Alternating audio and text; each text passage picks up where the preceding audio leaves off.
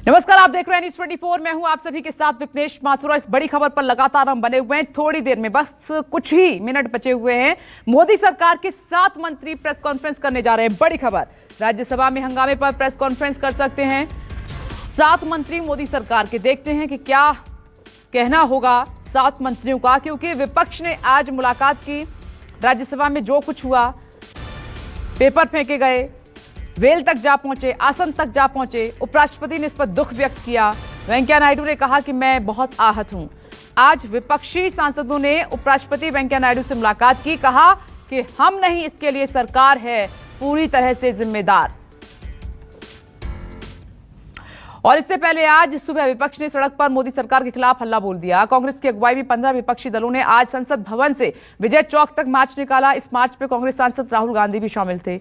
मार्च से पहले विपक्षी दलों के नेताओं ने मल्लिकार्जुन खड़गे के कमरे में मीटिंग कर रणनीति बनाई और बैठक के बाद विपक्षी दलों के सांसदों ने एक साथ मार्च किया। मार्च के बाद विपक्ष के सीनियर नेताओं ने केंद्र सरकार पर संसद में बहस से भागने का आरोप लगाते हुए कहा कि सदन में विपक्ष की आवाज दबाई गई, इसीलिए वो आज सड़क पर सरकार के खिलाफ मार्च निकालने पर मजबूर हुए हैं। कांग्रेस नेता राहुल गांधी ने आरोप लगाया है कि सरकार की शह पर राज्यसभा में विपक्ष के सांसदों के साथ मारपीट भी की गई। 4 तस्वीरें, विपक्ष का हल्ला बोल, संसद के बाद सड़क पर, और इधर केंद्र के खिलाफ ये मार्च निकाला गया, पैदल मार्च, विरोध मार्च। और विरोध में 15 विपक्षी पार्टियां शामिल थीं। राहुल गांधी नेतृत्व कर रहे थे। और राहुल गांधी आज मीडिया से जब मुखातिब हुए तो उन्होंने सरकार पर बड़े हमले किए हैं कि किसी को नहीं बोलने दिया गया किसी भी मुद्दे पर। हम कई मुद्दों पर बात करना चाह रहे थे।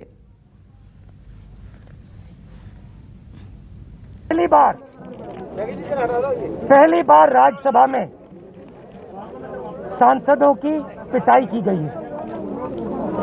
बाहर से लोगों को बुलाकर नीली वर्दी में डालकर सांसदों को धक्का मुक्की मारपीट की गई। हिंदुस्तान के प्रधानमंत्री भाइयों और बहनों, युवाओं, जो आप घर में बंद हो आज, जो आपके फोन में पेगासस है,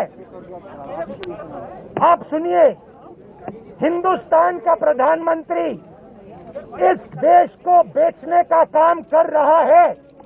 हिंदुस्तान का प्रधानमंत्री 2-3 उद्योगपतियों को हिंदुस्तान की आत्मा बेच रहा है। इसीलिए विपक्ष हाउस के अंदर ना किसानों की बात कर सकता है, ना बेरोजगारों की बात कर सकता है, ना इंश्योरेंस बिल की बात कर सकता है, ना पेगासस की बात कर सकता है। यह सच्चाई है। हिंदुस्तान का प्रधानमंत्री हिंदुस्तान को बेच रहा है। और इस मार्च में RJD, NCP, Shiv Sena, SP, DMK समेत तमाम नेता शामिल हुए। मार्च में शामिल दूसरे नेताओं ने भी मोदी सरकार पर तानाशाही का आरोप लगाया। अधिकतर नेताओं ने सरकार पर सदन में मार्शल लॉ जैसे हालात बनाकर विपक्ष को बोलने से रोकने का आरोप लगाया। विपक्ष ने आरोप लगाया कि मोदी सरकार लोकतंत्र की हत्या कर रही है। अगर विपक्ष को अपनी बात रखने का मौका नहीं मिला है, हम जनता के हित में, देश के हित में जो बात रखना चाहते थे, हमारा आवाज आप तक पहुंचने नहीं दिया।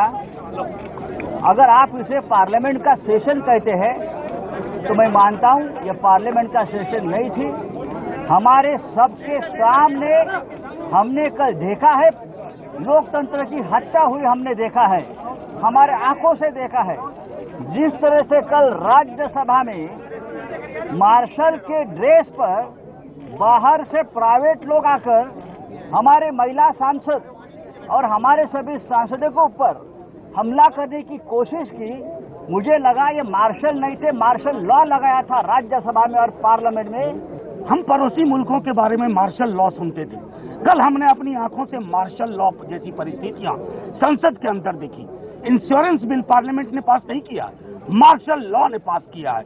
उसी तरह जैसे कृषि कानून, संसद में हम बेरोजगारी का मुद्दा उठाना चाहते थे, हम महंगाई का मुद्दा उठाना चाहते थे, हम काले कानूनों, किसान कानूनों की वापसी चाहते थे, हम पेगासस पर चर्चा चाहते थे। और इन सारी चर्चाओं में देश की सत्ता प्रतिष्ठान का अहंकार और गुरूर सामने आ रहा था।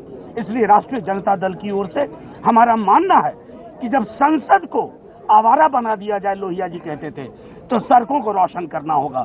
ये शुरुआत है सड़कों को रोशन करने की। और वहीं विपक्ष के मार्च पर बीजेपी ने हमला बोला है। पार्टी प्रवक्ता संबित पात्रा ने कहा कि संसद न चलने देने के लिए देश की जनता विपक्ष को माफ नहीं करेगी। पात्रा ने कहा है कि संसद की लड़ाई को विपक्ष सड़क पर लेकर आया है और इसीलिए जनता इन विपक्षी नेताओं को सड़क पर छोड़कर आई है। जिस प्रकार का व्यवहार आज कांग्रेस पार्टी और कुछ और ऑपोजिशन पार्टी सड़क पर उतरकर कर रही हैं, एक बात तो स्पष्ट है, सदन के अंदर जिस प्रकार संसद को सड़क बनाने की चेष्टा की गई, जिस प्रकार अराजकता संसद के अंदर इन ऑपोजिशन पार्टीज ने और खास करके राहुल गांधी जी के नेतृत्व में कांग्रेस पार्टी ने दिखाया है, पूरा देश शर्मसार हुआ है, लोकतंत्र शर्मसार हुआ है। केवल आदरणीय वेंकैया नायडू जी नहीं रोए हैं, मैं तो कहूंगा लोकतंत्र का हनन हुआ है और लोकतंत्र रोई है। बड़ा दुखद है। मार्शल्स के साथ जिस प्रकार का दुर्व्यवहार किया गया है वह भी कल हमने देखा है। सदन में चर्चा करनी होती है, सदन को इस प्रकार से धो डालना, सदन में चर्चा न करना, यह पराकाष्ठा होती है अराजकता का और इसी पराकाष्ठा को कांग्रेस पार्टी के नेतृत्व ने प्रदर्शित किया है। बहुत दुख का विषय है। कोरोना को लेकर पूरे देश में चिंता का माहौल है। क्या तीसरी लहर आएगी, इन सभी विषयों पर देश जानना चाहता है। ये वही लोग हैं, ये वही विपक्षी हैं जो कह रहे थे कि एक स्पेशल सेशन पार्लियामेंट का बुलाना चाहिए, मगर जब पार्लियामेंट सत्र में था, सेशन चल रहा था, एक दिन कोरोना पे चर्चा नहीं होनी थी।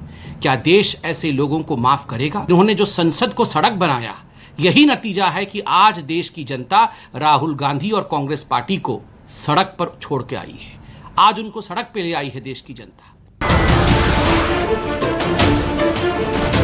नमस्कार, मैं हूं मानक गुप्ता।